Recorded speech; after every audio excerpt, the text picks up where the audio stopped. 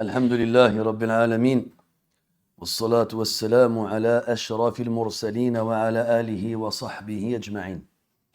أما بعد، أيها الإخوة الكرام، نلتقي وإياكم في هذه الليلة المباركة، وليلتنا هذه من تكون الأولى من شهر جمادى الأخيرة، وإما أن تكون الأخيرة من شهر جمادى الأولى، فنحن مترددون بين الليلتين،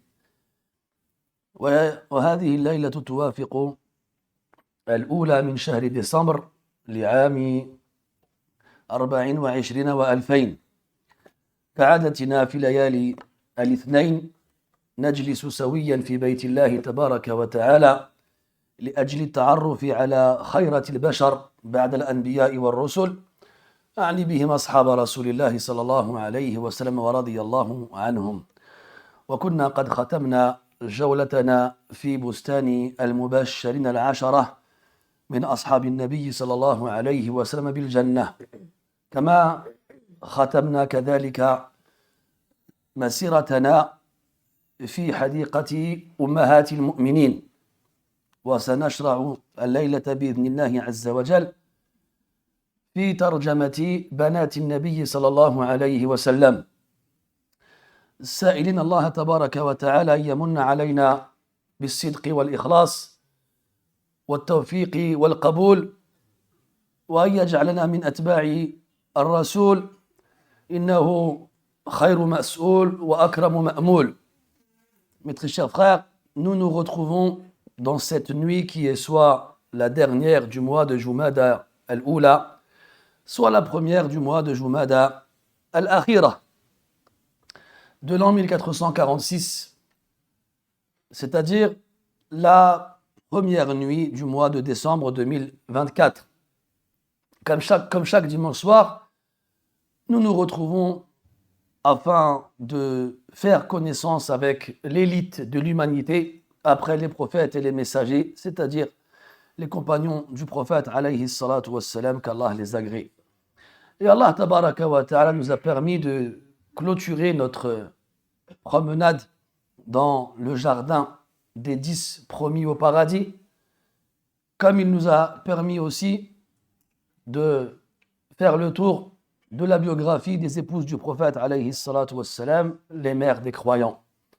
Et nous allons ce soir ensemble, incha'Allah ta'ala, tourner une nouvelle page dans la vie de ces hommes et de ces femmes illustres et remarquables, avec les filles du prophète alayhi salatu wassalam, en demandant à Allah tabaraka wa ta'ala de nous accorder la pureté de l'intention ainsi que la véracité, et de nous accorder sa réussite ainsi que la sincérité, comme nous lui demandons subhanahu wa ta'ala d'accepter nos actions et d'en faire un argument pour nous et non contre nous.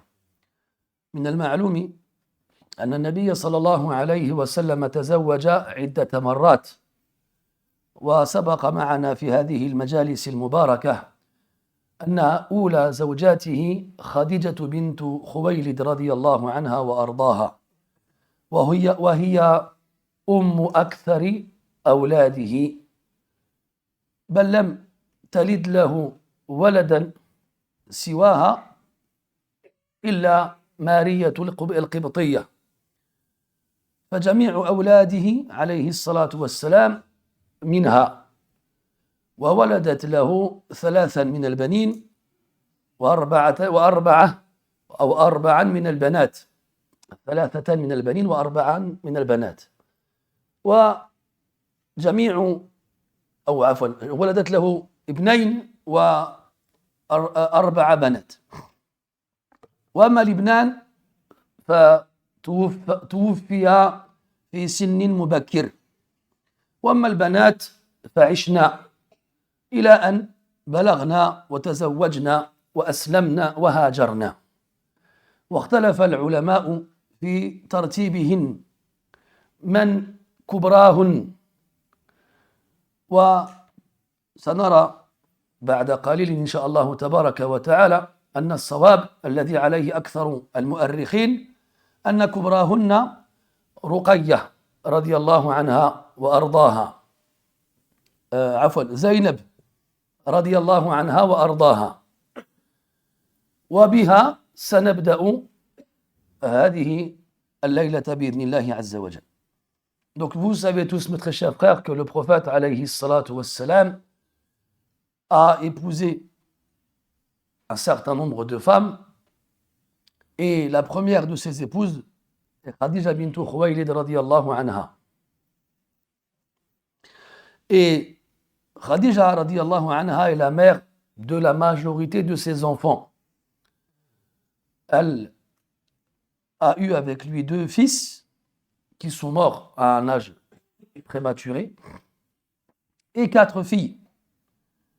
Et il a eu un autre fils avec une autre femme qui n'était pas une de ses épouses mais une esclave qui s'appelle Maria al-Qibtiyya.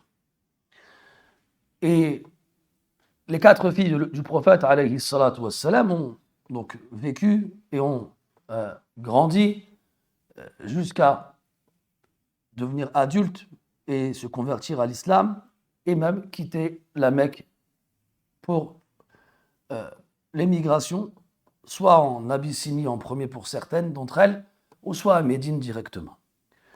Et les savants ont divergé sur l'ordre qu'il y a entre ces 4 filles, laquelle d'entre elles est la plus âgée.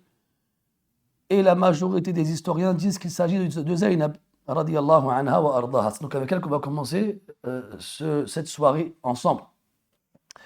Et on va, bi'idhnillahi azza wa jal, durant cette heure et demie à peu près, voir les 3 premières des filles du prophète alayhi salatu wassalam, car nous n'avons pas beaucoup d'informations les concernant. Et la prochaine fois, bi'idhnillahi ta'ala, nous verrons ensemble la dernière des 4 qui n'est autre que Fatima radiyallahu anha wa ardaha. إذن زينب رضي الله عنها كبرى بنات النبي صلى الله عليه وسلم. ذكر أهل السير أنها ولدت 10 سنين قبل البعثة، وللنبي صلى الله عليه وسلم 30 سنة، وأمها كما سمعتم خديجة بنت خويلد رضي الله عنها. Donc Zaynab radiyallahu anha est la plus âgée des filles du prophète alayhi salatu wassalam.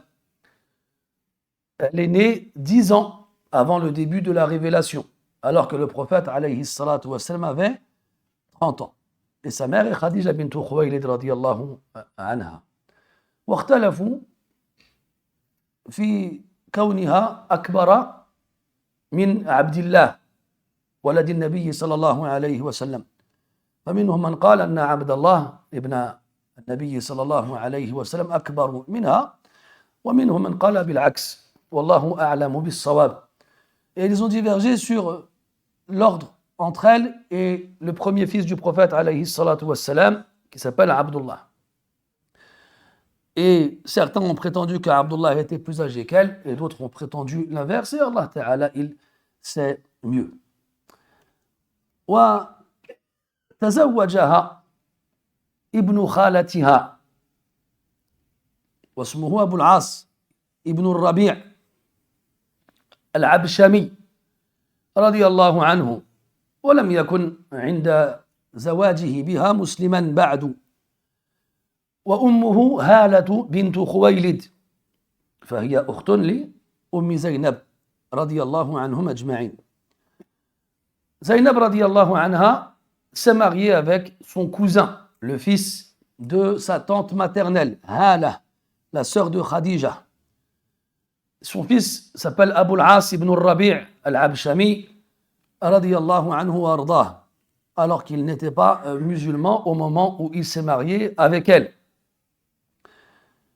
فإن قال قائل كيف تزوجها ولم يكن مسلما، أجبنا أن الشريعة لم تكن نزلت بتحريم زواج المسلمات بغير المسلمين آنذاك، وإنما أبطل الله تبارك وتعالى ذلك في العهد المدني مع إنزال سورة الممتحنة في قوله تبارك وتعالى لا هن حل لهم ولا هم يحلون لهن.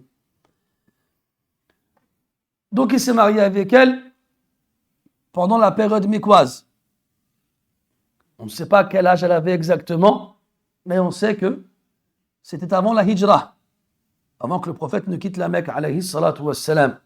On a dit que Abu al-As n'était pas musulman.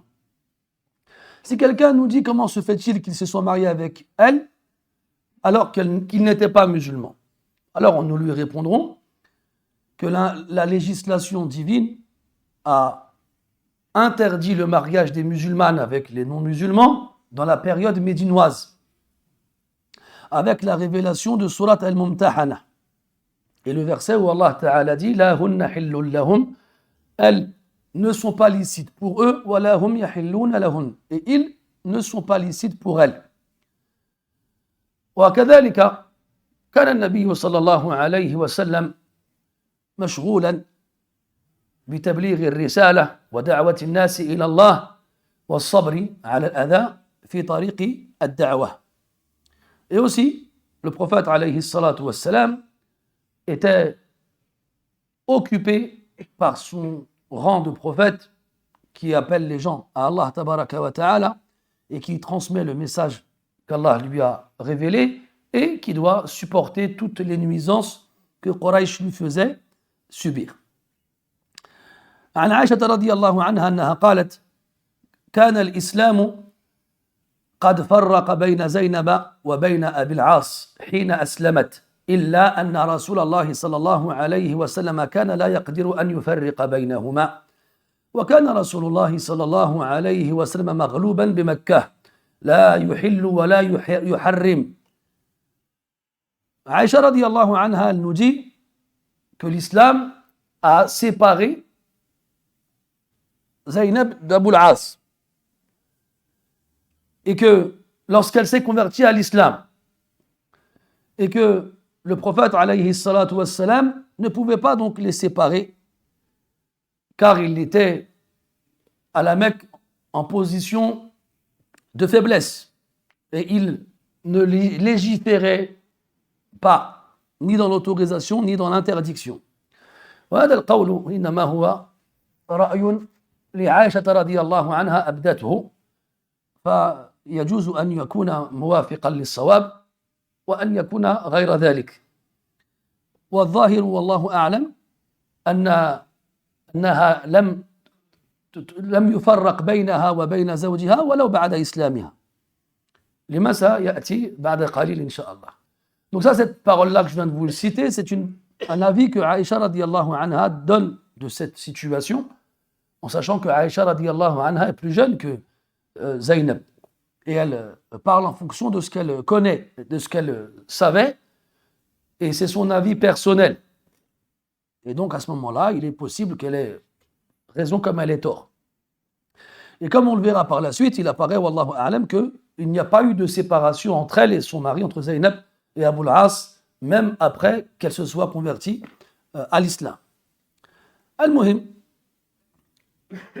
أسلمت وبايعت أباها عليه الصلاة والسلام ولما هاجر النبي صلى الله عليه وسلم إلى المدينة بقيت بمكة لم يأذن لها زوجها بالهجرة وزعم بعض المؤرخين أنها هاجرت مع النبي صلى الله عليه وسلم وهذا ليس بالصحيح لأن المصادر الموثوقة تدل على أنها هاجرت بعد غزوة بدر كما سيأتي. Donc elle s'est donc convertie à l'islam, on ne sait pas exactement quand, mais c'est pendant la période mécoise. Et lorsque le prophète alayhi salatu wassalam a quitté la Mecque pour s'installer à Médine, elle ne l'a pas suivi et elle est restée à la Mecque car son époux Abu al-As ne lui a pas permis de partir. Elle est donc restée à la Mecque. Et même si certains historiens ont prétendu le contraire, comme quoi elle aurait émigré en compagnie du prophète alayhi salatu wassalam, cela n'est pas authentique, comme le montrent les différents textes qu'on verra par la suite. على كل حال لك أن تتخيل كيف كانت زينب رضي الله عنها لما رأت أباها عليه الصلاة والسلام وأكثر المسلمين يفارقون مكة ويذرونها وراءهم وحيدة يكاد لا يكون معها أحد فقد توفيت أمها قبل ذلك وأما بقية أخواتها فهاجرن أيضا مع أبيهن. Et là, tu peux t'imaginer dans quel état Zaynab radiyallahu anha devait se trouver lorsque elle a vu son père, alayhi salatu wassalam, quitter la Mecque et avec lui la majorité des musulmans. En sachant que sa mère, Khadija radiyallahu anha, était morte 3 années avant et que ses sœurs sont parties avec leur père à Médine. Elle s'est retrouvée quasiment seule avec son époux Abul As, qui ne l'a pas laissé suivre son père et qui ne s'est toujours pas converti à l'islam. وكان لزينب ولدان من زوجها أبي العاص ذكر وأنثى فأما الذكر فسماه أبو العاص عليا وبه كان يكنى وأما الأنثى فاسمها أمامة. Et Zaynab radiyallahu anha a eu 2 enfants avec son époux Abul As, un garçon et une fille. Le garçon qu'il a appelé Ali, et c'est donc de par son nom qu'il était surnommé, on l'appelait Abu Ali, et il a une fille qu'on a appelée Umama. Wali Umamata mawaqif ma'a jaddiha alayhi salatu wassalam. Et Umama radiyallahu anha a plusieurs histoires avec le prophète alayhi as-salatu wassalam, comme on aura l'occasion de le voir. Wama Ali ibn Abi al-As فقد أردفه النبي صلى الله عليه وسلم خلفه يوم الفتح كما روى ذلك غير واحد. Quant à Ali ibn Abi al-As, donc le petit-fils du prophète alayhi salatu wassalam, le prophète l'a fait monter derrière lui sur sa monture le jour de la conquête de la Mecque. طيب كيف حصل لزينب حتى استطاعت أن تهاجر من مكة إلى مدينة النبي صلى الله عليه وسلم؟ أما زوجها فلم يكن يحارب المسلمين لكن أجبر على أن يقاتل مع قريش المسلمين يوم بدر.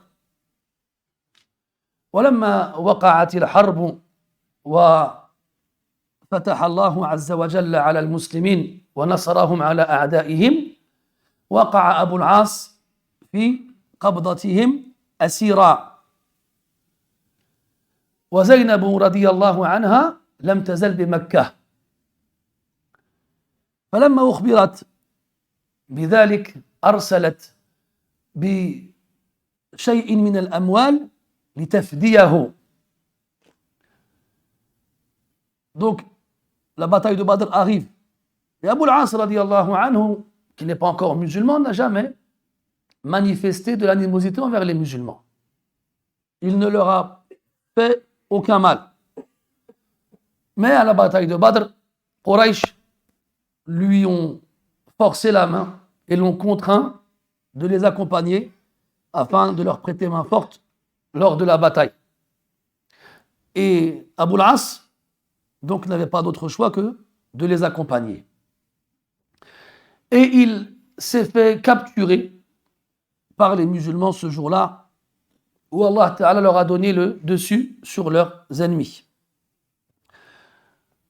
عن عائشة رضي الله عنها أن أبا العاص شهد مع المشركين بدرا فأسر فقدم أخوه عمر في فدائه وأرسلت معه زينب قلادة من جزع أو من جزع كانت خديجة أدخلتها بها على أبي العاص فلما رآها رسول الله صلى الله عليه وسلم عرفها ورق لها وذكر خديجة فترحم عليها وكلم الناس وفيما قال لهم إن رأيتم أن تطلقوا أسيركم فافعلوا فامتثلوا أمره وأخذوا باقتراحه ثم رد النبي عليه الصلاة والسلام عليها القلادة وأخذ على أبي العاص عهدا أن يخلي سبيل زينب بعد عودته إلى مكة. Donc il a été capturé pendant la bataille de Badr. Zaynab, qui est toujours à la Mecque, radiyallahu anha, apprend qu'Abou al-As, apprend qu'Abou al-As, radiyallahu anhu, qui est toujours pas musulman, qui est prisonnier chez les musulmans à Médine. Alors son frère, le frère d'Abou al-As, qui s'appelle Amr, fait le voyage pour aller à Médine afin de payer une rançon dans le but de le libérer.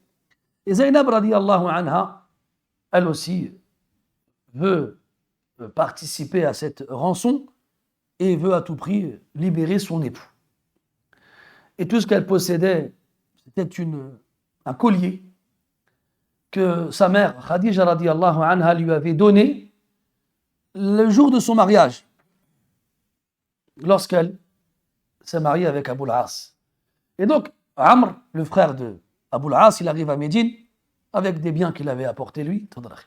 Et là, le collier que Zaynab lui a donné. Quand il récupère les biens, il regarde là le collier et il le reconnaît. Bila alek akhil aziz. Tu souris parce que tu sais ce que je veux te dire. Si je te donne des bijoux là, est-ce que tu serais capable de reconnaître c'est lesquels ceux de ta femme? Moi non. Al-Muhim, il voit le collier de Khadija radiyallahu anha, il le reconnaît. Khadija est morte radiyallahu anha depuis 5 ans.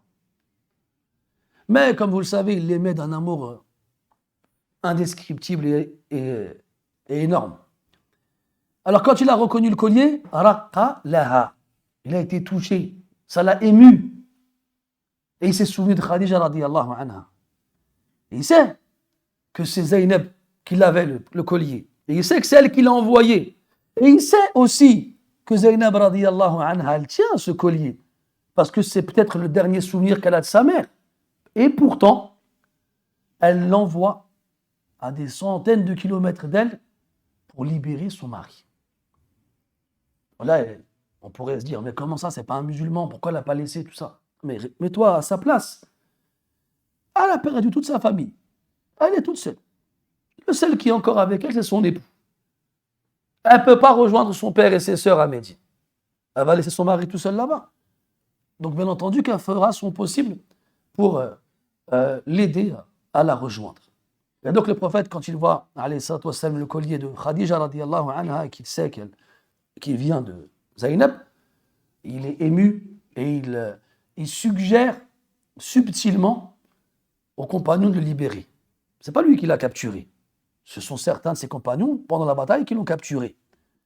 Il ne va pas leur imposer de le libérer. C'est leur droit suite à leur participation à la bataille. Alors il leur suggère, en leur disant, si vous pensez que vous pouvez libérer votre prisonnier, alors faites-le. Mais les sahaba, ils sont intelligents, comprennent. وَاللَّبِيبُ بِالْإِشَارَةِ يَفْهَمُ. Et l'intelligent comprend par l'allusion. Alors non seulement ils ont accepté, mais en plus, ils lui ont rendu tous les biens et n'ont rien pris en échange de sa libération. Mais avant que Abou al-As ne quitte Médine pour revenir à la Mecque, le prophète alayhi salatu wassalam lui demande de s'engager à laisser Zaynab le rejoindre à Médine après cela. Et Abou al-As il s'engage à le faire. فلما رجع أبو العاص إلى مكة ذهب إلى امرأته ليخبرها وليجهزها حتى ترجع إلى أبيها لكن نار قتل بدر لم تزل تتأجج في صدور قريش تكاد صدورهم تميز من الغيظ فلما بلغهم خروج زينب رضي الله عنها إلى المدينة أقسموا بالله جهد أيمانهم لا يتركونها تذهب فلما ركبت زينب مطيتها خرج لها رجلان وجعل يطعنان وينخسان ناقتها فلم يزال بها حتى باركت الناقة وسقطت زينب. والحديث رواه الحاكم والطبراني، وذكروا أن زينب رضي الله عنها كانت عندها حاملا، فلما وقعت من على الناقة سقط جنينها، فأصيبت بعد ذلك بمرض لم يزل بها حتى ماتت، فعادت إلى بيتها. ولما استبطأ النبي صلى الله عليه وسلم قدومها أرسل على أثرها زيد بن الحارثة وأعطاه خاتمه. فلما قدم زيد مكة لم يدخلها، وجعل يسأل الناس عن خبر زينب فأخبروه، فنال الخاتم لأحد الرجال وكلفه بأن يوصله إلى زينب وأن تلحق به في مكان معين. فلما أخذ الرجل الخاتم وذهب به إلى زينب علمت أنه خاتم أبيها، فسألت الرجل فأخبرها بخبر زيد، فخرجت ليلا ولحقت به، وهكذا استطاعت أن تهاجر إلى المدينة من غير أن ينالها سوء من قبل قريش. Donc, Abu al-As radiallahu anhu, il arrive à Mecca avec la ferme intention de respecter son engagement pris auprès du prophète alayhi salatu wassalam. Mais la bataille de Badr a laissé des traces très difficiles à effacer de la poitrine de Quraysh. Ils ont perdu beaucoup de monde. 70 personnes sont mortes ce jour-là. Et le feu de la haine ne cessait de consumer leur poitrine. Lorsqu'ils apprirent que Zaynab radiallahu anha, la fille du prophète alayhi salatu wassalam, elle est parmi eux, et qu'en plus, elle va les quitter pour rejoindre son père en sécurité, ils ont dit, Wallah, il n'y aura pas ça. Son père, il a tué les meilleurs d'entre nous, et nous, on l'a laissé partir. ولكن لم تزل فيهم رغم الغضب شيم لا يستطيعون مخالفتها. Même, quoi qu'on puisse dire, malgré la haine qui les aveuglait, ils avaient des principes qu'ils ne pouvaient pas contredire. Ils ne vont pas aller attaquer une femme ou lui faire, ils ne vont pas, c'est pas possible. لو فعلوا لا أصبحوا مسبة بين العرب. S'ils l'avaient fait, les Arabes se seraient moqués d'eux jusqu'à la fin des temps. Alors ils ont essayé tant bien que mal de lui faire du mal. Quand Abu al-As radiallahu anhu, il a installé Zaynab après l'avoir préparée pour qu'elle parte à Médine, dans le Hawdaj. Le Hawdaj, c'est un compartiment qu'on mettait sur le dos des dromadaires pour que les femmes voyagent. Il y a deux hommes qui sont sortis et ils avançaient au même niveau que la chamelle qui portait Zaynab. Et qu'est-ce qu'ils faisaient? Ils piquaient la chamelle avec des couteaux ou leurs épées pour la déranger et l'empêcher d'avancer. Et la chamelle, à chaque fois qu'elle recevait un coup, elle sursautait. Alors imagine-toi Zaynab dans son compartiment qui est bousculé dans tous les sens. Et au bout d'un moment, l'un d'entre eux assène un coup douloureux à la chamelle, et la chamelle se braque. Et en se braquant, elle expulse Zaynab radiallahu anha de son compartiment. Tu peux t'imaginer la brutalité du choc, en sachant qu'il a été rapporté qu'elle était enceinte à ce moment-là. Et qu'à cause du choc et de sa chute, elle a fait une fausse couche et elle a perdu l'enfant. Et elle a subi un traumatisme important après cet accident, si on peut appeler ça un accident, cette agression plutôt, au point où elle n'a cessé de souffrir de cela jusqu'à ce qu'elle meure quelques années plus tard. Et donc, le prophète, alayhi salatu wassalam, il attend impatiemment que sa fille le rejoigne. Parce qu'on verra après que le prophète, sallallahu alayhi wa sallam, il arrive à Médine, et lui aussi, il est inquiet de laisser sa fille à Mecca toute seule, avec son mari qui n'est pas musulman, et au milieu de Quraysh qui lui voue une haine farouche. Il est inquiet.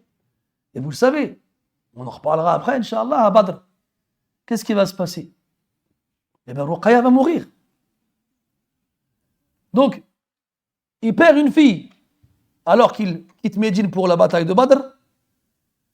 Puis quand il revient, il espère en retrouver une.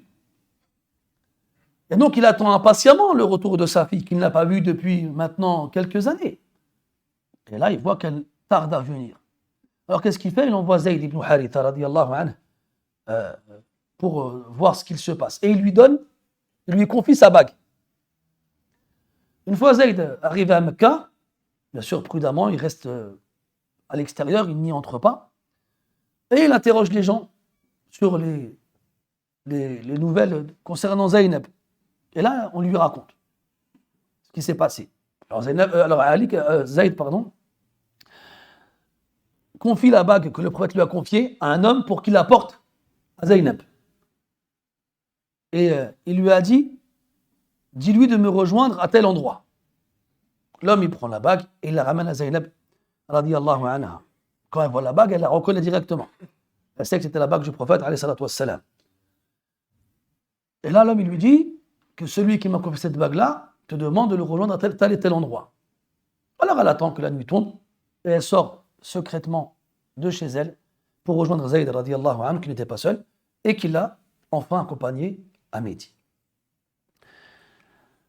فلما رآها النبي صلى الله عليه وسلم كان قلبه يمتزج فيه الحزن والسرور فسر برؤيتها وحزن لما رآها كئيبة مريضة فاشتد غضبه على من فعل بها ذلك.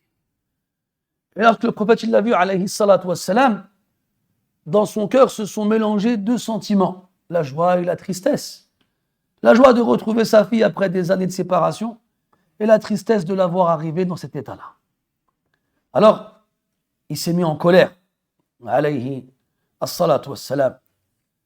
فروى البزار عن أبي هريرة رضي الله عنه أنه قال بعث رسول الله صلى الله عليه وسلم سرية وكنت فيهم فقال إن لقيتم هبار بن الأسود ونافع بن عبد عمرو فأحرقوهما وكان نخس بزينب بنت رسول الله صلى الله عليه وسلم حين خرجت فلم تزل ضبنة حتى ماتت أي سمنة أي مريضة بمرض لا يرجى برؤه ولم يزل به حتى توفيت ثم قال بعد ذلك عليه الصلاة والسلام إن لقيتهما فاقتلوهما فإنه لا ينبغي لأحد أن يعذب بعذاب الله.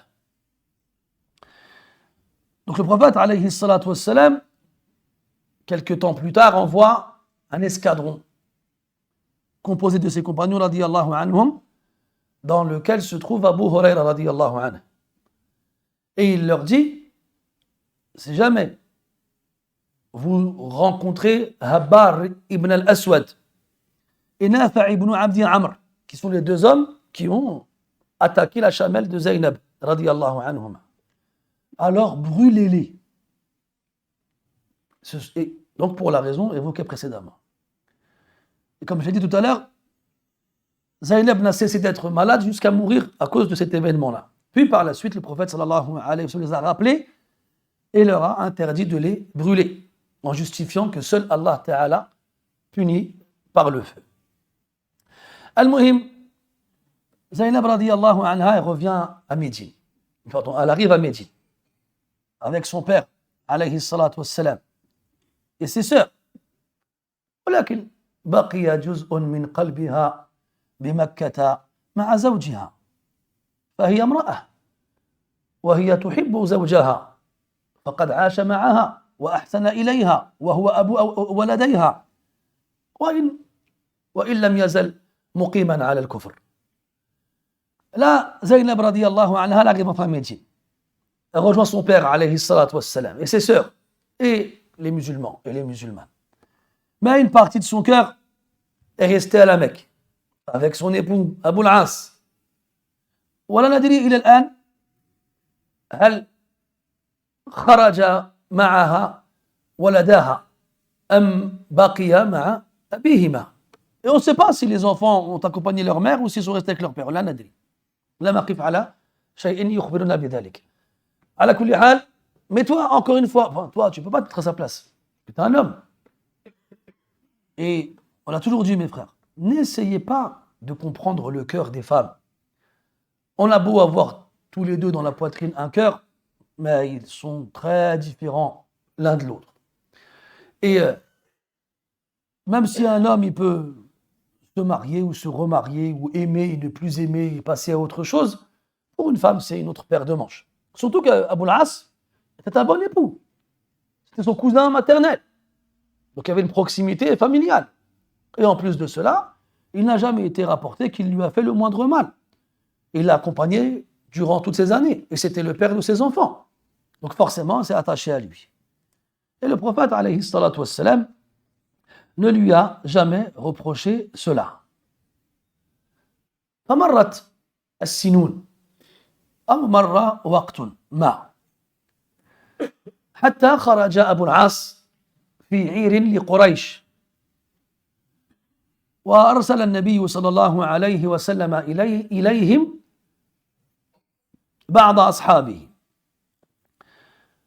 كما ذكر ذلك الواقدي وغيره عن محمد بن إبراهيم التيمي رحمه الله أنه قال: خرج أبو العاص في عير لقريش فبعث النبي صلى الله عليه وسلم زيد بن حارثة في 70 و100 راكب فلقوا العير بناحية العيس في جماد الأولى سنة 6 فأخذوا ما فيها وأسروا ناسا منهم أبو العاص وقع أسرا في قبضتهم مرة أخرى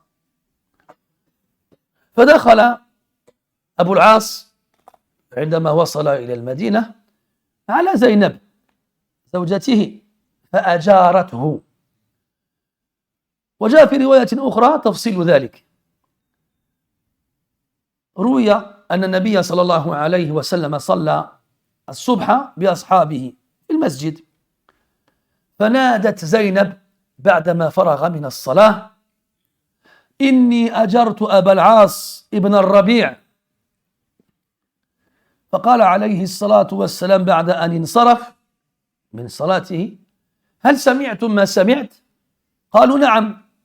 قال: والذي نفس محمد بيده ما علمت شيئا مما كان حتى سمعت وإنه يجير على المسلمين أدناهم. قولها أجرت أبا العاص أي جعلته في جواري، وهي امرأة، والجوار يقتضي الدفع والذب، وأنه لو تعرض لأجيرها أحد بسوء استحق العقاب.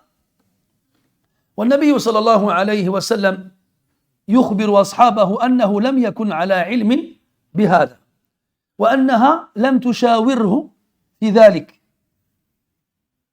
ولكن أخبر المسلمين أن جوار المسلم لأحد ما صحيح ومقبول، وإن كان أدناهم منزلة كالمرأة مثلا، فصحح جوار ابنته لزوجها. وبذلك امتنع أبو العاص من أي نوع من أنواع الأذى من قبل الناس. نعود إلى الرواية الأولى، وزاد في تمامها: قد أجرنا من آجرت. فسألته زينب أن يرد عليه ما أخذ عنه ففعل، وأمرها أن لا يقربها، لأن ذلك وقع بعد نزول سورة الممتحنة.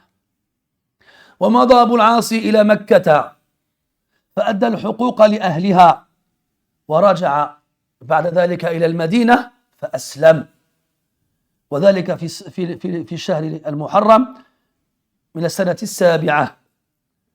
ولما رجع إلى المدينة مسلما رد النبي صلى الله عليه وسلم إليه زوجته، واختلفوا هل ردها إليه بعقد جديد أم بغير عقد، والصواب والعلم عند الله أنه بغير عقد. Donc, quelques années plus tard, après que Abu al-As ait été libéré, après la bataille de Badr, qui a lieu la deuxième année de l'Hégire, et après que Zaynab radiyallahu anha s'installe à Médine, quelques années plus tard, c'est-à-dire 4 ans plus tard, à la 6e année de l'Hégire, donc 4 ans, Zaynab radiyallahu anha, elle est séparée de son époux. Le prophète sallallahu alayhi wa sallam apprend qu'il y a une caravane de Quraysh dans la zone. Alors, il leur envoie un escadron de ses compagnons composé de 170 personnes. Et il met à leur tête Zayd ibn Haritha radiyallahu anhu. Et il leur ordonne d'intercepter la caravane et de s'emparer de son contenu. Alors, les Sahaba arrivent sur place, attaquent la caravane, s'emparent de son contenu et capturent les personnes qui sont avec cette caravane-là. Et parmi eux, il y avait qui? Abu al-As. C'est donc la seconde fois qu'il tombe entre les mains des musulmans comme prisonnier, en tant que prisonnier. Et quand il le ramène à Médine, Zaynab radiyallahu anha, elle apprend que son mari, il est là. Et lui, en tant que prisonnier à Médine, son premier réflexe, c'est d'aller rejoindre son épouse. Et son épouse, alors, informe les gens qu'elle le met sous sa protection. Mais dans quelles circonstances? Alors que le prophète, alayhi salatu wassalam, avait dirigé la prière de Subh à la mosquée, comme d'habitude, Zaynab radiyallahu anha arrive à la fin de la prière, alors que les gens sont encore dans la prière, et elle s'écrie, je mets Abu al-As sous ma protection. En arabe, on appelle ça le jiwar. C'était un code que les Arabes avaient mis en place pour les étrangers qui venaient dans des endroits dans lesquels il n'y avait personne pour les protéger et qu'ils craignaient de se faire attaquer par le premier venu. Alors ils allaient voir des gens importants dans ces endroits-là et ils établissaient entre eux des alliances, bien sûr en moyennant rémunération très souvent, et donc la personne importante, lui, le mettait sous sa protection. Et quand on parle de se mettre sous la protection de quelqu'un, ça veut dire que c'est quelqu'un de craint, quelqu'un d'important, de puissant. Que si je dis je suis sous la protection de Iles, les gens vont dire hacha. Mais si tu dis je suis sous la protection d'Abd Raouf, les gens vont dire c'est chaud. Abd Raouf, c'est masha'Allah, c'est un lion. Donc on ne va pas approcher le protégé de Abd Raouf. Et maintenant que tu as compris ça, c'est la fille du prophète, certes, alayhi salatu wassalam. Et d'ailleurs, les gens pourraient se dire qu'elle a fait ça parce que c'est la fille du prophète, alayhi salatu wassalam. Mais non, elle n'a pas fait ça en tant que fille du prophète, alayhi salatu wassalam. Elle a fait ça en tant qu'épouse d'Abu al-As. Et d'ailleurs, ce qui prouve ça, c'est la réaction du prophète après la prière, sallallahu alayhi wa sallam. Quand il s'est retourné, et après la prière, il s'est retourné, il a dit aux compagnons, vous avez entendu ce que j'ai entendu? Ils ont dit oui. Comme si ils se demandaient si c'était vraiment, si c'était vrai. Et là, il leur dit, il jure par Allah. Il dit, je jure par celui qui a mon âme dans sa main, que je n'étais au courant de rien. Elle m'a rien dit avant de faire ça. Elle m'a pas consulté. Je n'étais pas au courant. J'imagine bien que Zaynab radiyallahu anha l'aurait fait. Mais elle ne voulait pas que le prophète l'accepte et qu'il soit protégé par le prophète. Elle voulait le protéger en tant qu'épouse. Et là, le prophète, alayhi salatu wassalam, il donne une règle qui montre la grandeur de notre religion. C'est que, vous savez, c'est ce système, ce code-là de protection, il a perduré par la suite. Et donc, quand des gens qui n'étaient pas musulmans rentraient dans les terres musulmanes, et qu'un musulman lui offrait sa protection, eh bien, il devenait interdit à quiconque de lui faire le moindre mal. Quel que soit le statut de ce musulman, même si c'est quelqu'un de pauvre, quelqu'un de faible, un homme, une femme, on ne regarde pas. Et c'est pour ça qu'il a dit, à la suite de cela, il a dit que innahu yujiru ala al-muslimin adnahum, protégera parmi les musulmans les plus inférieurs d'entre eux, les faibles et les femmes, il a akhiri. Puis ensuite, le prophète alayhi salatu wassalam, Zaynab radiyallahu anha, quand elle a appris que le prophète avait accepté cette protection, elle lui a demandé autre chose. Elle a demandé au prophète de lui rendre tous les biens qui lui ont été pris dans sa caravane. Et le prophète alayhi salatu wassalam, il a accepté. Il a accepté de lui rendre ses biens. Et par contre, il lui a interdit à sa fille de s'approcher de son mari. Elle s'approchait intimement. Et là, c'était la deuxième étape avant l'interdiction des relations entre les musulmans et les non-musulmans. Donc à la base, ils n'avaient pas d'interdiction de rester ensemble. Puis par la suite, le mariage n'était pas caduc, mais ils ne devaient pas avoir d'intimité. Et la dernière étape était l'abolition totale du mariage entre les musulmans et les non-musulmans. Allah dit dans le Coran, وَلَا تُنْكِحُوا الْمُشْرِكَاتِ وَلَا تُنْكِحُوا الْمُشْرِكِينَ حَتَّى يُؤْمِنُوا وَلَا عَبْدٌ مُؤْمِنٌ خَيْرٌ مِّن مُشْرِكٍ وَلَوْ أَعْجَبَكُمْ. Allah Ta'ala nous interdit de marier les associateurs aux croyantes tant qu'ils sont associateurs et tant qu'ils ne se sont pas convertis. Et il dit, un esclave croyant est meilleur qu'un associateur. Et ça, bi-ijma' al-muslimin. Bil-ijma'. Sans aucune divergence chez les musulmans. Quand je dis chez les musulmans, je vous parle de tous les savants, de toutes les écoles confondues, depuis le prophète jusqu'à aujourd'hui. Jamais personne qui a autorisé un musulman d'épouser un kafir. Jamais. Ila an zahara zamanu ruwaybida.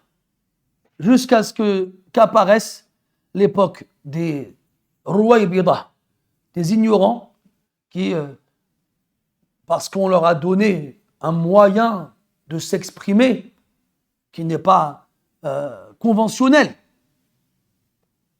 Qu'est-ce qui est conventionnel chez les musulmans pour s'exprimer et parler aux musulmans? C'est à la base le pupitre qu'Allah leur donne à la mosquée, le minbar. C'est là. Mais pour monter sur le minbar, il faut répondre à des conditions. Et si on ne les répond pas, on ne peut pas monter dessus. Mais aujourd'hui, Dunya donne un pupitre à tout le monde. Ça s'appelle Internet. Alors il te suffit d'une connexion et d'une caméra pour parler et dire ce que tu veux, et tu trouveras toujours des gens qui t'écouteront. Ala haddi qawli al-qa'il, man takallama sumi'a lah, wa man kataba quri'a lah, wa man qama julisa lah. Comme l'a dit quelqu'un, quiconque parle trouvera quelqu'un pour l'écouter. Quiconque se lève trouvera quelqu'un pour s'asseoir devant lui. Et quiconque écrit trouvera quelqu'un pour le lire. Et encore plus aujourd'hui. Encore plus aujourd'hui. Donc aujourd'hui, il y a des gens qui se prétendent musulmans, qui viennent et qui disent, non, il faut qu'on réfléchisse sur l'adaptation de cette loi et qu'on voit s'il est possible de réformer. Qu'est-ce que tu racontes là? Où tu vas là? Il y a ijma'. Parmi les règles juridiques de notre religion, إذا انعقد الإجماع فلا عبرة بالمخالف بعد انعقاده. Lorsque le consensus il est déclaré, c'est quoi le consensus? C'est l'absence de divergence. وروي عن النبي صلى الله عليه وسلم أنه قال إن أمتي لا تجتمع على ضلالة. Il a été rapporté que le prophète a dit alayhi salatu wasallam que ma communauté ne peut pas se réunir sur un égarement. Donc si le consensus est déclaré, toute personne qui viendra après ne pourra pas s'opposer à ce consensus-là. C'est pas possible. Parce que ça sous-entendrait qu'à un moment de l'histoire, toute la Ummah était dans l'erreur. Le problème, c'est que pas un moment là, c'est qu'un siècle. Tu peux pas venir, toi, pauvre et misérable je vais m'arrêter là, individu que tu es, et apparaître sur Internet et dire il faut qu'on en discute. On t'a pas demandé ton avis en fait. Quoi, tous les imams qui étaient avant toi, ils sont trompés. Subhanallah. Ala kulli hal, le Nabi sallallahu alayhi wa sallam, il interdit à Zaynab radiyallahu anha d'approcher Abu al-As. Alors Abu al-As, il est libre de circuler comme il veut. Qu'est-ce qu'il fait? Il retourne à la Mecque avec les biens qui lui ont été restitués. Et il donne les biens en question à leurs propriétaires respectifs. Une fois qu'il a fini, qu'est-ce qu'il fait? Il retourne à Médine. Pourquoi faire? Pour se convertir à l'islam. Et c'est seulement là que Abu al-As radiyallahu anhu s'était converti à l'islam. لماذا لم يظهر إسلامه وهو بالمدينة؟ لم يرد أن يظن الناس أنه أسلم لينجو منهم. Pourquoi il ne s'est pas converti à l'islam alors qu'il était à Médine? Dès le départ, il n'a pas voulu que les gens croient qu'il s'est converti à l'islam par intérêt et notamment pour échapper aux représailles qu'il pouvait subir. وهنا اجتمعت الأسرة الكريمة وهم جميعا على الإسلام. Et c'est seulement là que cette noble famille fut enfin réunie, tous ensemble, dans l'islam. ولكن يا إخواني تعلمون أن هذه الدنيا تنقلب على أهلها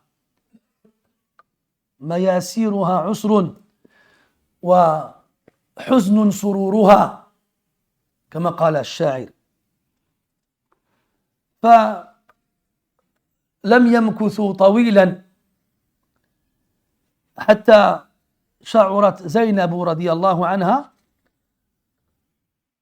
باشتداد المرض وعلمت عندها أنها على مشارف الهلاك، فلم تلبث طويلا حتى توفيت رضي الله عنها عاما بعد رجوع زوجها إليها. Abu al-As radiyallahu anhu s'est converti à l'islam à la 7e année de l'Hégire, au mois de Muharram, au début de l'année. Et vous connaissez ce bas monde, mes frères. Ce bas monde est trompeur. On ne peut pas lui faire confiance. Un jour il te fait rire, un jour il te fait pleurer. Un jour c'est facile, un jour c'est difficile. Et si ce bas monde il est comme ça avec tout le monde, c'est pour ne pas qu'on s'y accroche. Un monde dans lequel tu n'as pas une sécurité à long terme. Tu ne sais pas si demain tu vas rire ou pleurer. Et même si tout va bien aujourd'hui, tu ne sais pas si demain tout peut s'effondrer. Et ça arrive à tout le monde.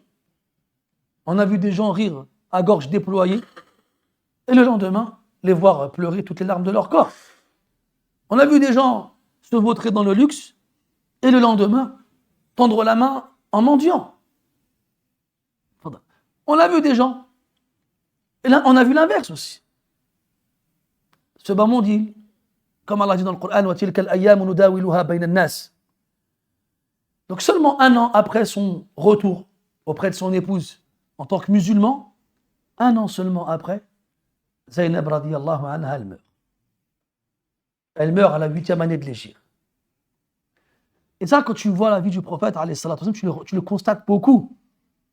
Qu'Allah Ta'ala va faire se produire des événements de façon à ce que le prophète alayhi salatu wassalam ne soit pas accroché à ce bas monde et qu'il le délaisse et qu'il serve de modèle à tous ceux qui l'ont suivi. Que personne n'aille dire le prophète il n'a pas vécu ce que j'ai vécu moi. T'as vécu quoi toi? La pauvreté? Lui aussi. La maladie? Lui aussi. La famine? Lui aussi.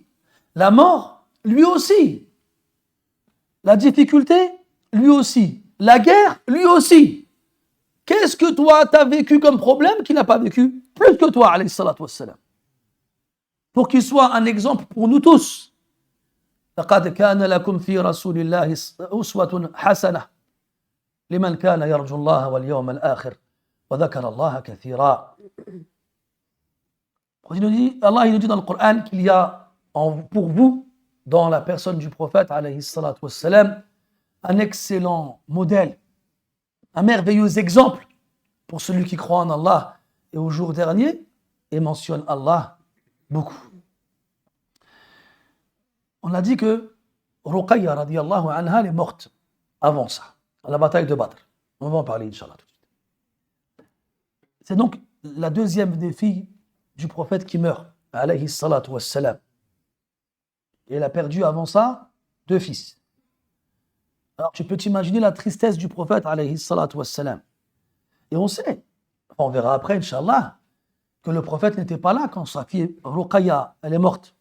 Elle est à Badr. Et quand il va revenir à Médine, elle sera déjà enterrée. Donc là, il est présent, alors que sa fille vient de mourir. Alors il fait attention à ce que tout se passe de la meilleure façon. كما جاء في الصحيحين وغيرهما أن النبي صلى الله عن أم عطية رضي الله عنها قال أنها قالت لما ماتت زينب بنت رسول الله صلى الله عليه وسلم ورضي الله عنها قال عليه الصلاة والسلام اغسلنها وترا 3 أو 5 واجعلن في الآخرة كافورا أو شيئا من كافور فإذا غسلتنها فأعلمنني فلما غسلناها أعطانا حقوة أي إزارة مما يلي جسده فقال أشعرنها إياه. Donc quand elle est morte, radiyallahu anha, quand il est présent à cette wassalam, il n'était pas là quand sa première fille Ruqayya est morte. Il est arrivé après son enterrement. Donc là, forcément, les choses vont être différentes. Et il va faire son maximum pour tout superviser. Umm Atiyya radiyallahu anha, qui rapporte le hadith, elle nous dit que quand elles ont commencé, elles s'apprêtaient à laver Zaynab radiyallahu anha, le prophète est venu les voir pour leur donner des directives. Il leur a dit, lavez-la 3 fois, ou 5, ou plus encore si vous pensez que c'est nécessaire, avec de l'eau et un peu de cidre, de jujubier moulu. Et mettez dans le dernier lavage un peu de camphre. Et quand vous aurez fini, dites-le moi. Et il est resté à l'extérieur à attendre qu'elle finisse. Et pour ceux parmi vous qui ont déjà lavé des défunts ou assisté à un lavage, vous savez que ça demande quand même un certain temps. Et à la fin, quand elles ont fini et qu'elles ont averti le prophète, alayhi salatu, il leur a donné son izar, son pagne. Et il leur a dit, ash'irnaha iyah, c'est-à-dire, mettez-le sur elle, directement. Ash'irnaha, dans le sens où, que ce soit son pagne qui touche directement sa peau. Et les ulama, ils ont dit, tabarrukan bi atharihi alayhi salatu wassalam. Pour qu'elle tire bénédiction de ses effets personnels alayhi as-salatu wassalam. Et comme il dit Ibn Hajar al-Asqalani rahimahullah dans son sharh de Sahih al-Bukhari, on ne fait ça qu'avec le prophète alayhi salatu wassalam. Et on ne prend pas ce genre de texte comme preuve pour appliquer la même chose avec le reste des gens, quand bien même ils seraient vertueux. Et donne 2 raisons, rahimahullah, pour justifier cela. Il dit la première, les sahaba radiyallahu anhum ne l'ont pas fait entre eux après la mort du prophète alayhi salatu wassalam. Et il n'y a aucun doute que les sahaba sont meilleurs que ceux qui sont venus après eux. Et la seconde, c'est que ça sera un moyen de tomber dans l'association et d'ériger des gens à un degré qu'ils n'occupent pas. Taïb. Et c'est ainsi que Zaynab radiyallahu anha mourut. Je ne sais pas si c'est comme ça qu'on conjugue le verbe. Et جاء في الحديث أن النبي صلى الله عليه وسلم نزل في قبرها وهو مهموم ومحزون فلما خرج سري عنه يعني كشف عنه وقال عليه الصلاة والسلام كنت ذكرت زينب وضعفها فسألت الله تعالى أن يخفف عنها ضيق القبر وغمه ففعل وهون عليها. والعجيب أن زوجها أبا العاص لم يلبث طويلا بعد وفاة زوجها إلا أن لحق بها فتوفي بعدها بقليل. Et pour finir, lorsque Zaynab fut enterrée, le prophète alayhi salatu wa sallam est descendu dans sa tombe et il est resté un certain temps et on le voyait soucieux et triste. Puis une fois sorti de la tombe, il montrait un air qui indiquait qu'il se sentait mieux. Alors on lui a demandé pourquoi. Il a répondu alayhi salatu wassalam, je pensais à Zaynab et à sa faiblesse. Zaynab, comme on l'a dit radiyallahu anha, depuis sa chute, elle était malade et elle était faible. Et le prophète il l'a vu ainsi pendant des années. Et regardez subhanallah le cœur d'un père et le cœur du meilleur des pères. Il a pensé à sa faiblesse quand elle était vivante. Et il a eu peur que cette faiblesse-là lui porte préjudice dans sa tombe.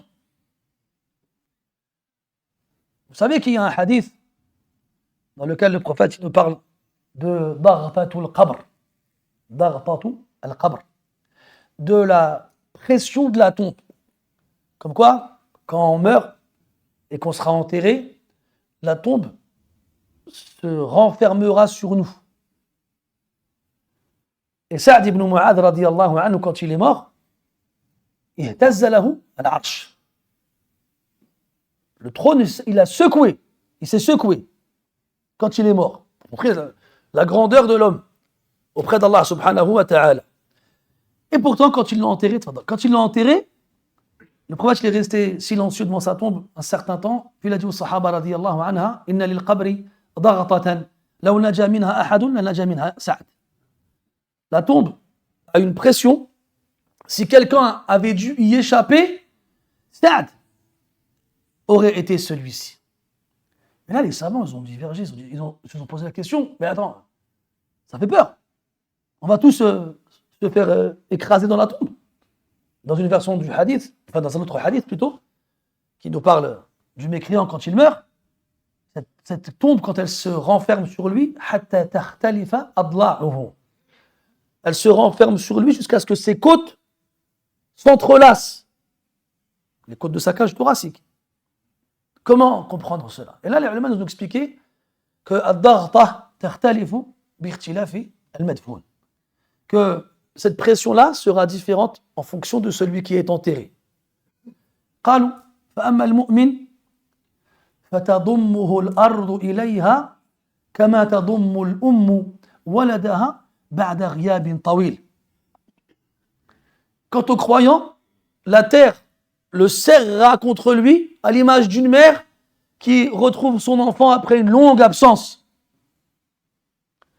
Quant au mécréant, ce sera bien entendu différent. Al-Muhim, on revient à Zaynab radiyallahu anha, il a dit alayhi wassalam il a pensé à sa faiblesse, à sa fragilité. Alors il a demandé à Allah tabaraka wa ta'ala de lui alléger cette pression de la tombe. Et Allah lui a répondu et il lui a allégé cette pression-là. Et subhanallah, Abu al-As radiyallahu anhu ne vécut pas longtemps après la mort de son épouse. Et peu de temps après, lui aussi mourut et fut enterré près d'elle. تفضل أخي. ننتقل الآن إلى إبلة النبي صلى الله عليه وسلم الثانية، وهي الثانية بعد زينب في الترتيب، وهي رقية بنت سيد البشر عليه أفضل الصلاة وأزكى التسليم ورضي الله عنها وارضاها. أمها خديجة بنت خويلد كما سمعتم. وطبعا أسلمت وبايعت أباها وهاجرت إلى المدينة مع أبيها وبعد أبيها بقليل. Puis nous passons à la seconde fille du prophète, alayhi salatu wassalam, qui est dans l'ordre Ruqayya. Donc le prophète a eu d'abord Zaynab, puis la seconde de ses filles, c'est Ruqayya, radiyallahu anha. Et Ruqayya, elle aussi s'est convertie à l'islam et bien sûr elle a émigré à Médine peu de temps après son père, alayhi as-salatu wassalam. ومما وقع لها قبل ذلك بل قبل البعثة بقليل أن النبي صلى الله عليه وسلم زوجها وأم كلثوم ابني أبي لهب عمه. فلما صار نبيا أوحيت إليه سورة المسد ذهب أبو لهب وزوجته أم جميل إلى ولديهما فقال لهما، والمتكلم هو أبو لهب، رأسي من رأسك حرام إن لم تطلق ابنته، ففارقهما قبل أن يدخلا بهما، وكان العقد قد تم وصح النكاح، لكن لم يدخل أحدهما بإحداهما. قال العلماء أن الله تبارك وتعالى فعل ذلك كرامة لهما، يعني لابنتي النبي صلى الله عليه وسلم، وهوانا لابني أبي لهب عليه لعائن الله المتتالية إلى يوم القيامة. Et parmi les événements qui sont arrivés à Ruqayya radiyallahu anha ainsi qu'à sa sœur Umm Kulthum, c'est que le prophète alayhi salatu wassalam les a mariées toutes les deux à ses à ses cousins, au fils de son oncle Abu Lahab. Et ça c'était avant que le prophète ne reçoive la révélation alayhi salatu wassalam. Et on sait que les Arabes à l'époque, jusqu'à il n'y a pas très longtemps de ça, mariaient leurs enfants en bas âge, sans pour autant qu'ils vivent ensemble dès le départ. Car si Zaynab, qui est la plus âgée, avait 10 ans au début de la révélation, alors on peut s'imaginer que Ruqayya et Umm Kulthum, bien sûr, soient plus petites. Et pourtant, on apprend que le prophète les marie à ses cousins, les fils de son oncle Abu Lahab, avant qu'ils ne reçoivent la révélation. Et au début, peu de temps avant, bien entendu. Et comme vous le savez, parmi les premiers chapitres du Coran qui ont été révélés, Suratul Masad, la sourate où Allah Ta'ala il parle d'Abu Lahab, Tabbat Yada. Et comme vous le savez, Abu Lahab et son épouse, qui ont été visés directement dans ce chapitre, Janna Jununuhum, sont rentrés dans une rage folle. Et alors ils ont été voir leur fils. Et ils leur ont dit, ma tête sera interdite à la tienne. En gros, tu ne me verras plus si vous restez mariés avec elle. Il a dit ça à leurs deux fils. Les deux fils, ils les ont écoutés. Et ils ont donc divorcé sur le champ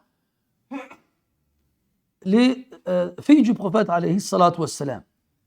Les savants, ils nous disent qu'Allah tabaraka wa ta'ala a permis cela pour faire honneur aux filles du prophète, alayhi salatu wassalam, car il n'y a pas eu de consommation de mariage.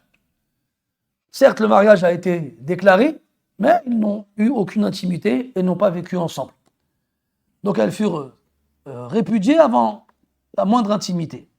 Donc il a honoré les filles du prophète, alayhi salatu wassalam, en les préservant d'être les épouses de son ennemi Abu Lahab, comme il a avili les fils d'Abu Lahab en les privant d'être les époux des filles du prophète, alayhi salatu wassalam. On avait vu ensemble, pendant la biographie d'Ali ibn Abi Talib, radiyallahu anhu, qu'il comptait épouser une des filles d'Abu Lahab. Et le prophète il a refusé, alayhi salatu wassalam. Il a dit, la tajtami' fi baytin wahid ibnatu rasulillah wa ibnatu aduillah. Il a dit qu'il n'acceptera pas, il n'admettra pas que se réunissent dans la même maison la fille du prophète d'Allah et la fille de son ennemi. Et il a dit à Ali radiallahu anhu, si tu veux te marier avec sa fille, tu divorces la mienne. Et Ali, bien sûr, il a refusé de divorcer Fatima et a donc refusé d'épouser une autre femme pendant qu'elle était encore vivante. يقول النبي صلى الله عليه وسلم من ترك شيئا لله عوضه الله خيرا مما ترك فمن تزوج رقية بعد ذلك عثمان ابن عفان رضي الله عنه. Prophète sallallahu alayhi wa sallam, celui qui délaisse les choses pour Allah, Allah lui remplace par mieux que ce qu'il a délaissé. Qui a épousé Ruqayya radiyallahu anha après cela? Uthman ibn Affan radiyallahu anhu wa ardah. تزوجها وهاجر معها إلى الحبشة.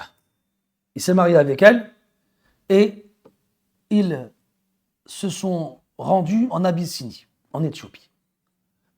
Et là, on parle du prophète, alayhi salatu wassalam, on a parlé de sa relation et de ses ressentis avec Zaynab qui était loin de lui. Et il a donc connu une première séparation avec une de ses filles à la Mecque, quand elle est partie avec son époux Uthman en Éthiopie, dans une terre inconnue, loin de son père, alayhi salatu wassalam. فلك أن تتخيل كيف كان شعوره عليه الصلاة والسلام وابنته في أرض نائية لا يعرف فيها أحدا. Tu peux t'imaginer quels étaient les sentiments du prophète alayhi salatu wassalam lorsque sa fille l'a quitté pour se rendre dans une terre lointaine et étrangère où il ne connaît personne, où tout peut se passer. فقد جاء في الحديث أن عثمان رضي الله عنه لما خرج مهاجرا إلى أرض الحبشة ومعه زوجته رقية بنت رسول الله صلى الله عليه وسلم ورضي الله عنها احتبس خبرهم عن رسول الله صلى الله عليه وسلم فكان يخرج عليه الصلاة والسلام فيسأل عن أخبارها أو أخبارهما عفوا وذلك على مدى الأيام. فجاءته امرأة فأخبرته أنها رأتهما فقال النبي صلى الله عليه وسلم صاحبهما الله إن عثمان أول من هاجر بأهله بعد لوط عليه السلام. Donc, le prophète, il est inquiet et soucieux de savoir sa fille loin de lui. Et il demandait toujours de leurs nouvelles aux gens qui venaient d'Éthiopie. Et à un moment, il n'avait plus aucune nouvelle les concernant. Ce qui a augmenté son inquiétude. Et tous les jours, il sortait à la recherche de nouvelles. Jusqu'au jour où il finit par voir une femme qui venait d'Éthiopie et leur demande si elle a vu sa fille et son mari. La femme, elle lui répond oui, elle les a vus et ils vont bien, alhamdulillah. Alors le prophète était soulagé, alayhi wassalam. Il a demandé à Allah de les accompagner, sahibahum Allah, qu'Allah les accompagne. Et il a dit après cela que Uthman radiyallahu anhu est le premier à avoir émigré en Allah avec sa famille après Lot alayhi salam. Donc tu sais qu'entre Lot et Uthman, il y en a des siècles qui sont passés. Et le premier à avoir émigré avec sa famille après Lot, c'est Uthman et son épouse Ruqayya, la fille du prophète alayhi salatu wassalam. وعندما كانت رقية بأرض الحبشة حملت مرتين فأما الجنين الأول فسقط أي فأسقطته وأما الثاني فعاش فسماه أبوه عبد الله لكن لم يعيش طويلا. روي أن هذا الغلام لما بلغ 6 سنين نقر ديك عينه فورم وجهه ومرض حتى مات وكان موته في جماد الأولى من السنة الرابعة من الهجرة. فصلى عليه النبي صلى الله عليه وسلم ونزل أبوه عثمان في قبره ليدفنه. Donc, quand ils étaient en Éthiopie, Ruqayya radiyallahu anha est tombée enceinte 2 fois. Quant à la première fois, elle a fait une fausse couche. Le bébé est mort. Quant à la seconde fois, le bébé a vécu. Après, ils sont retournés, ils ont rejoint le prophète à Médine, enfin à la Mecque, puis ensuite ils ont été à Médine. Et alors que l'enfant n'avait que quelques années, il était petit, 5-6 ans dans ces alentours-là, eh bien, il y a un coq qui lui a picoré l'œil. Et son œil s'est infecté. Et l'infection s'est propagée sur son visage, ce qui l'a fait tomber malade jusqu'à ce qu'il mourut. Et là, le prophète alayhi salatu wa sallam a prié sur lui, et son père Uthman l'a enterré à Médine. Vous voyez, subhanallah, leur vie, comment elle était rythmée avec des difficultés. Ils sont persécutés, chassés, expulsés. Ils ont un niveau de vie assez modeste. Ils sont contraints de voyager dans des terres inconnues. Et leur vie est rythmée de mort et de maladies et de guerre. Comme Allah dit dans le Coran, وَلَنَبْلُوَنَّكُمْ بِشَيْءٍ مِّنَ الْخَوْفِ وَالْجُوعِ وَنَقْصٍ مِّنَ الْأَمْوَالِ وَالْأَنفُسِ وَالثَّمَرَاتِ. Comme Allah dit dans le Coran, وَلَنَبْلُوَنَّكُمْ, on va vous éprouver. Hatman, c'est obligatoire. Ici, le verbe, il est entouré de 2 éléments qui confirment son sens, le lam et le nun. لَنَبْلُوَنَّكُمْ. Et à ce moment-là, quand le verbe est confirmé 2 fois de cette façon, il atteint le sens du serment. Comme si Allah y jurait. C'est sûr, on va vous éprouver. Avec quoi? بِشَيْءٍ مِّنَ الْخَوْفِ. Shay. Un peu. Subhanahu wa ta'ala, Raouf, Rahim, bi'ibadihi. On ne va pas nous éprouver avec une peur totale. Non, une partielle. Un peu. بِشَيْءٍ مِّنَ الْخَوْفِ. La peur. هل تخاف أنت؟ مما تخاف؟ تخاف من الفقر. T'as peur toi de quelque chose? Tu sais de quoi t'as peur? Je vais te le dire. T'as peur de la pauvreté. Et Allah a dit dans le Coran, الشيطان يعدكم الفقر. Qui c'est qui te promet la pauvreté? C'est le shaitan. Et Allah Azza wa Jalla te promet maghfirah, pardon, wa ni'mah, et bien fait. فكيف تخاف الفقر والله رازق فقد رزق الطير والحوت في البحر ومن ظن أن الرزق يأتي بقوة ما أكل العصفور شيئا مع النسر. Comment peux-tu craindre la pauvreté alors que c'est Allah qui donne? Il a donné à l'oiseau et aux poissons dans la mer. Et celui qui croit que la subsistance ne vient qu'avec la force, comment alors l'oisillon fraîchement sorti de son œuf pourrait-il manger à côté du vautour ou de l'aigle? Allah, il a donné à tout le monde sa part de subsistance. Tu as peur de ne pas l'avoir. Al-Muhim, Allah il va nous éprouver avec la peur,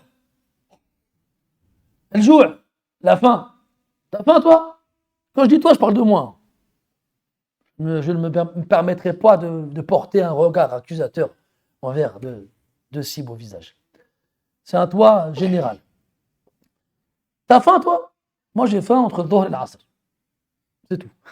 Non, astaghfirullah. Entre l'Asr et le Maghrib. Est-ce qu'on a faim, nous, billah alaykoum? Est-ce qu'on n'a pas trouvé à manger toute la journée? Toi et moi, on a un petit creux, on va dans la cuisine, on ouvre les armoires, on regarde, ouais, non, je veux pas, des gâteaux, des biscottes, des petits beurres, il y a un pot de marjan qui nous fait des clins d'œil. Non, pas de sucre. Alors tu veux le frigo? Il y a des yaourts, du fromage, des restes d'hier et d'avant-hier, dans des Tupperware. Je dis, non. Après, tu vas t'asseoir. Regarde l'enfant gâté que je suis. Après, tu dis, bon, معلش نستنى حتى العشاء. Ça, c'est pas vrai. Eh bien, c'est vraiment ma fikmat, il n'a pas envie de patienter. Allez, vas-y. Ce qui reste d'hier, et même si c'est le matécha, tu mets le marjan avec. Là, tu mets tout, tu manges tout. Mohim, est-ce qu'on a faim, nous, billah alaykoum? On n'a pas faim. Qu'est-ce qui reste? ونقص من الأموال والأنفس والثمرات. Une diminution des biens. Pas pour vous, mais j'ai l'impression que plus ça va et plus on en a. Pas moi, quand je compare entre quand j'étais petit et aujourd'hui, si j'avais ce que j'ai aujourd'hui avant, j'aurais été plus riche. Mais ce qu'on a nous aujourd'hui, c'est devenu normal. Al-amwal al-anfus, les âmes. Parce qu'Allah, il diminue les âmes autour de toi en les faisant mourir. Qui c'est qui meurt autour de nous, à part Kibar Sin? Il y a quelques gens malades, et des fois c'est des accidents. Et là, toi et moi, généralement, on se voit tous les jours. Billah alayk ya akhil aziz. Est-ce que quand tu quittes ta maison pour aller au travail ou ailleurs, et que tu leur dis, Allah ya'am, tu leur dis quoi? À tout à l'heure. Tu leur dis quoi? À ce soir. هل يخطر ببالك لحظة قصيرة? Est-ce qu'à un moment très court, tu te dis, Balak, هذه آخر نظرة ألقيها إليهم إلى أن ألقاهم يوم القيامة. Est-ce que tu te dis peut-être que c'est la dernière fois que je vais les voir jusqu'au jour du jugement? Est-ce qu'on se dit ça, billah alaykoum? أنا فلا وما أبرئ نفسي. Moi, je ne me le dis pas. Mais on devrait se le dire. Parce que rien ne te garantit qu'en rentrant chez toi le soir, il n'y en a pas un de ta famille qui va mourir. Rien. Et même si peut-être on ne l'a pas vécu nous, il y en a forcément qui l'ont vécu ici. Ils sont partis chez eux, de chez eux le matin, comme tous les jours. Ils sont rentrés chez eux le soir, il y a un de leurs proches qui est mort. Mais ça arrive dans des circonstances plus ou moins classiques. Les mêmes, chez tout le monde. Wahad Kibir, assez âgé. Des fois, il y a des gens qui viennent me voir et me disent, mon père, il est malade, faites dua pour lui. Moi, je dis, mais ton père, il a quel âge? Il me dit, c'est Inan. Je vais faire dua pour lui. Allah yakhtima lahu bishahada.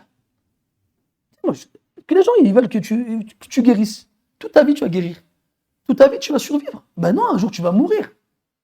Je pense qu'à un moment, tu sais que la personne en face de toi est en train de vivre ses derniers instants.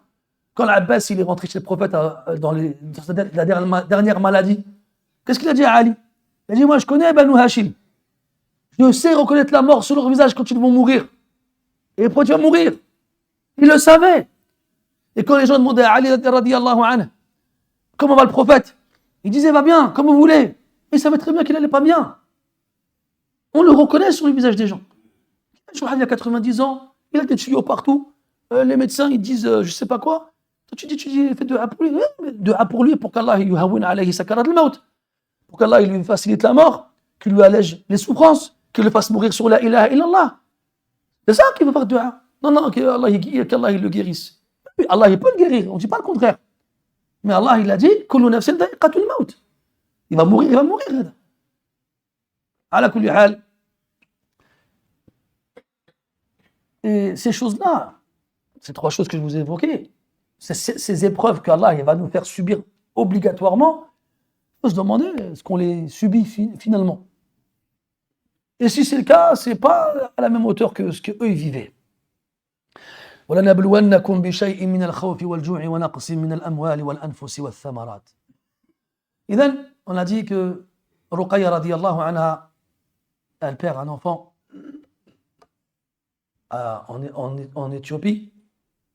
Elle en perd un deuxième à Médine. Et elle, à ce moment-là, elle est déjà morte. Hein. Parce qu'on a dit que Ruqayya est morte à la bataille de Badr. Son enfant, il a survécu après elle. Donc elle n'est pas là à ce moment-là, quand l'enfant il meurt. Mais encore une fois, mettons à la place du prophète, cette fille qu'il a perdu de vue pendant un certain temps quand elle était en Éthiopie, et qui finalement la rejoint. Elle arrive à Médine avec son mari, Uthman radiyallahu anhu.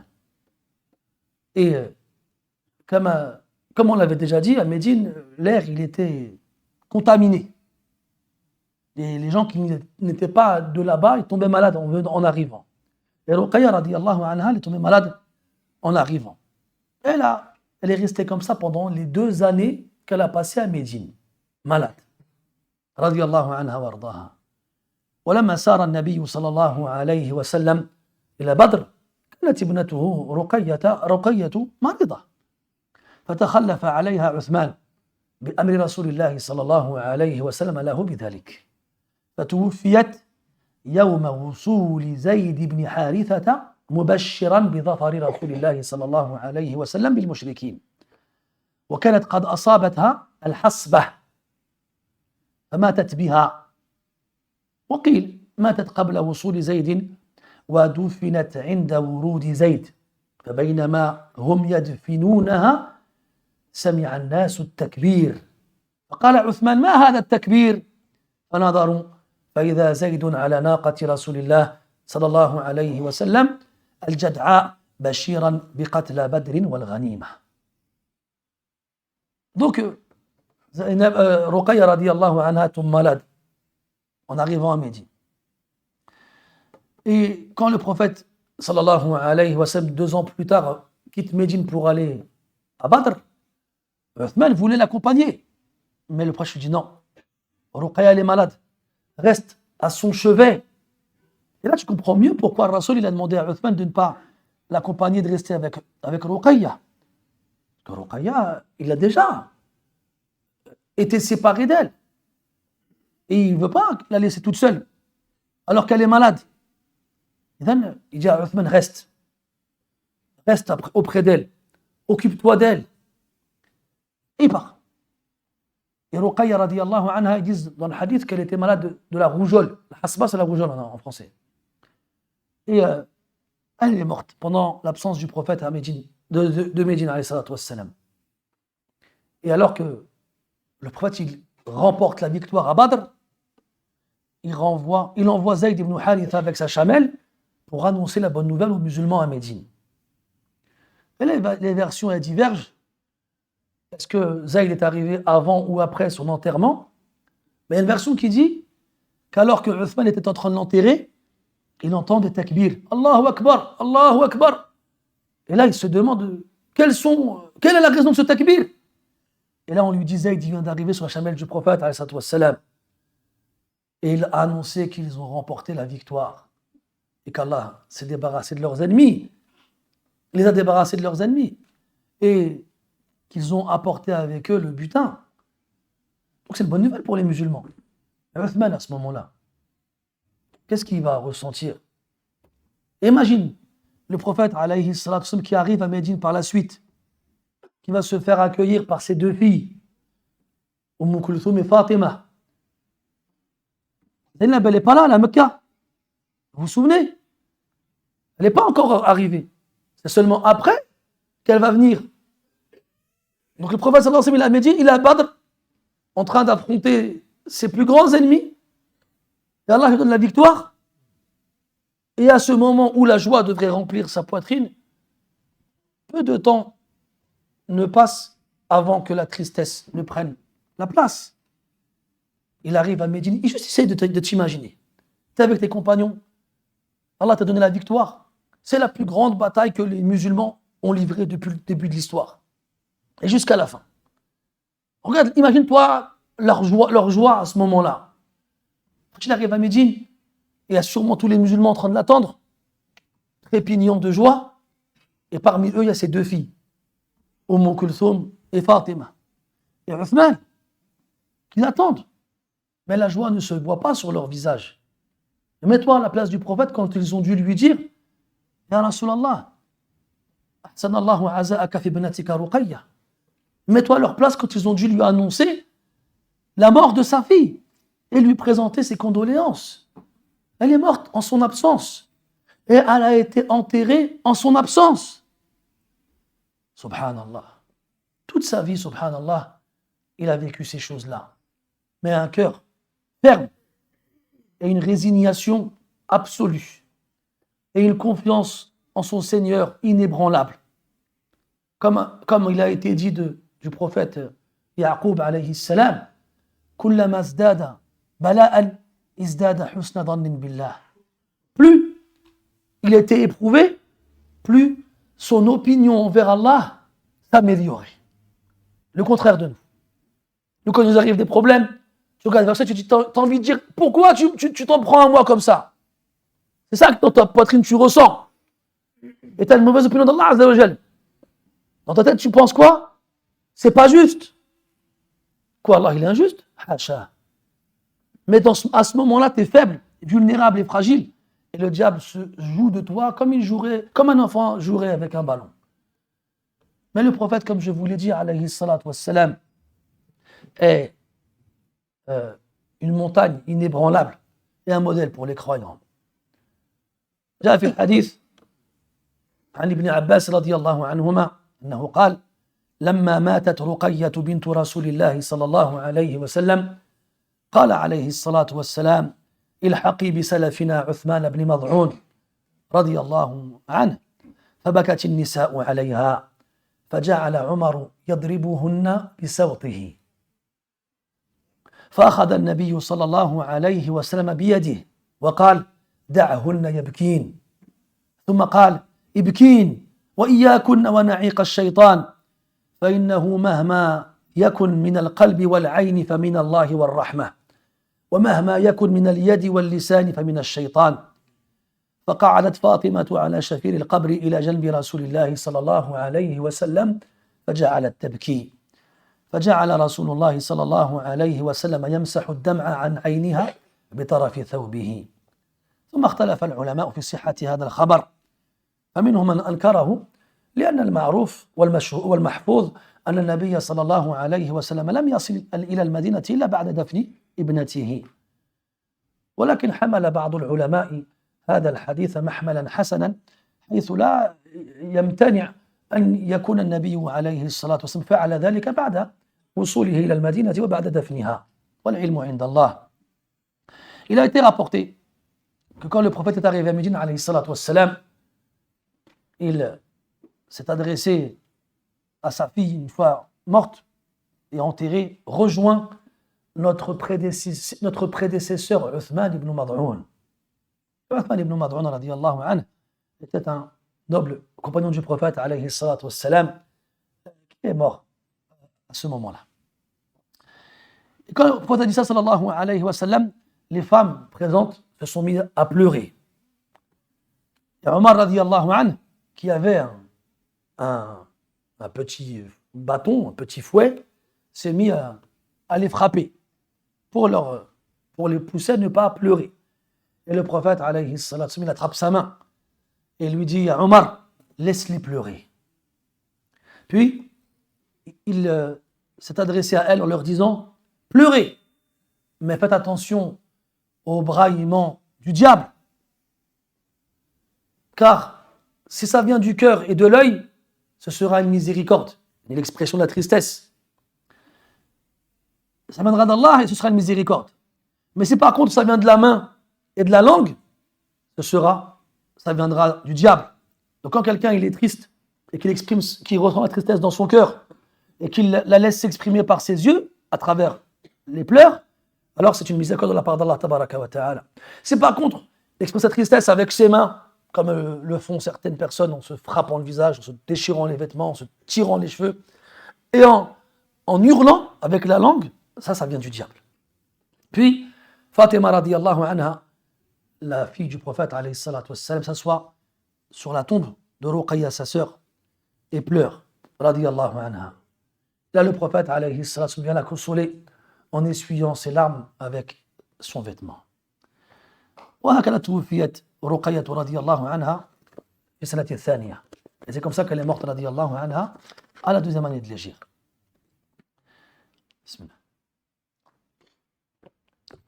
ونختم هذه الجلسة المباركة مع البنت الثالثة وهي أم كلثوم رضي الله عنها.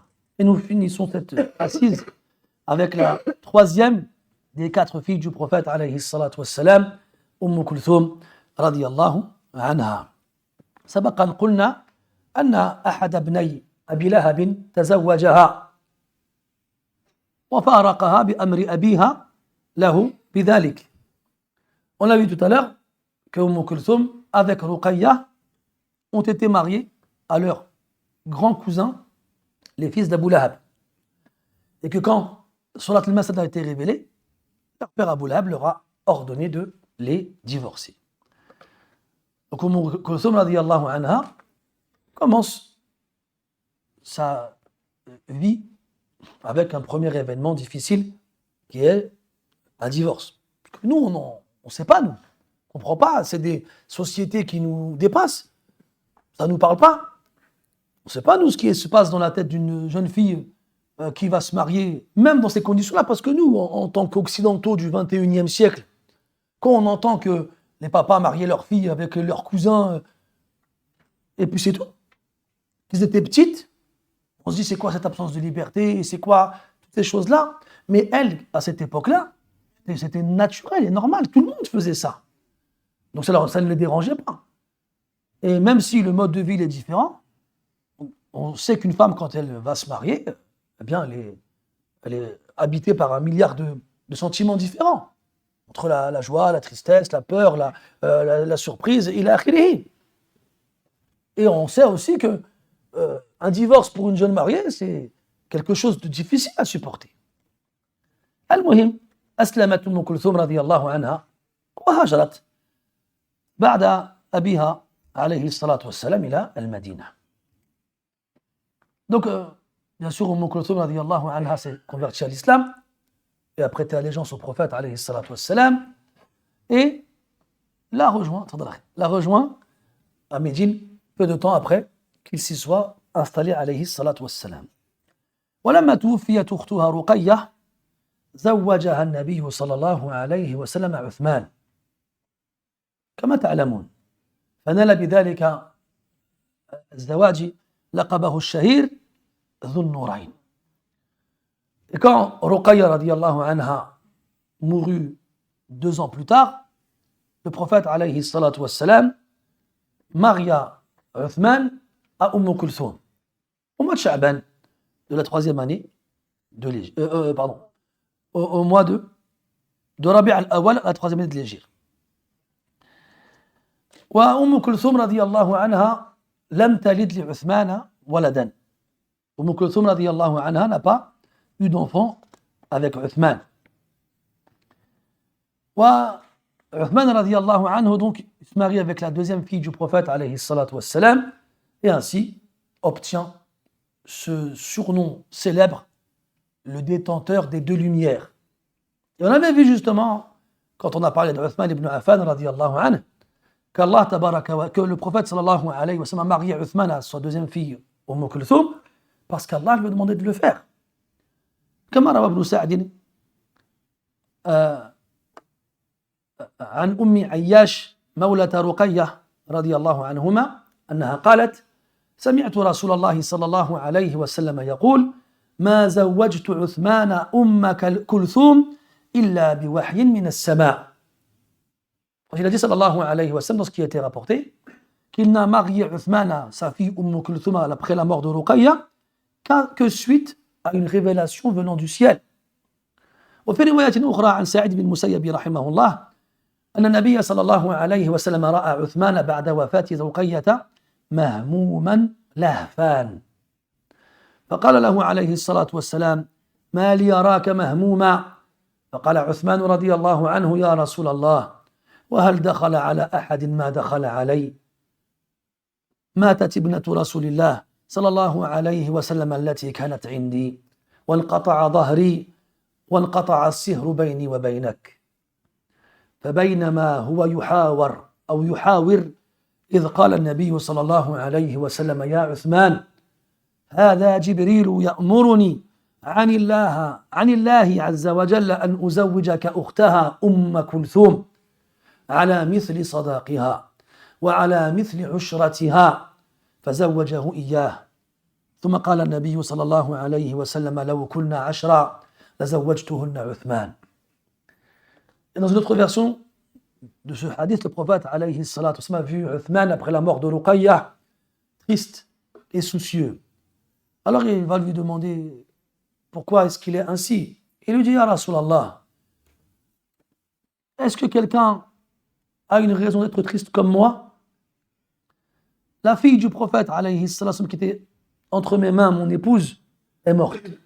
Et ainsi, je n'ai plus de moyens d'avoir une descendance. Et mon lien, le lien le plus fort qui me liait à toi, s'est rompu.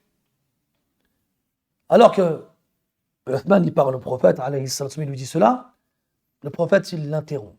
Il lui dit à Uthman, Jibril vient de me voir, de me dire, de m'ordonner, de la part d'Allah Azza wa Jal, de te marier à sa sœur Kulthum, avec une dot équivalente à celle que tu as donnée à sa sœur, à condition que tu vives avec elle comme tu as vécu avec sa sœur. بالتي هي أحسن مصداقا لقول الله تبارك وتعالى وعاشروهن بالمعروف, et vivez avec elle convenablement.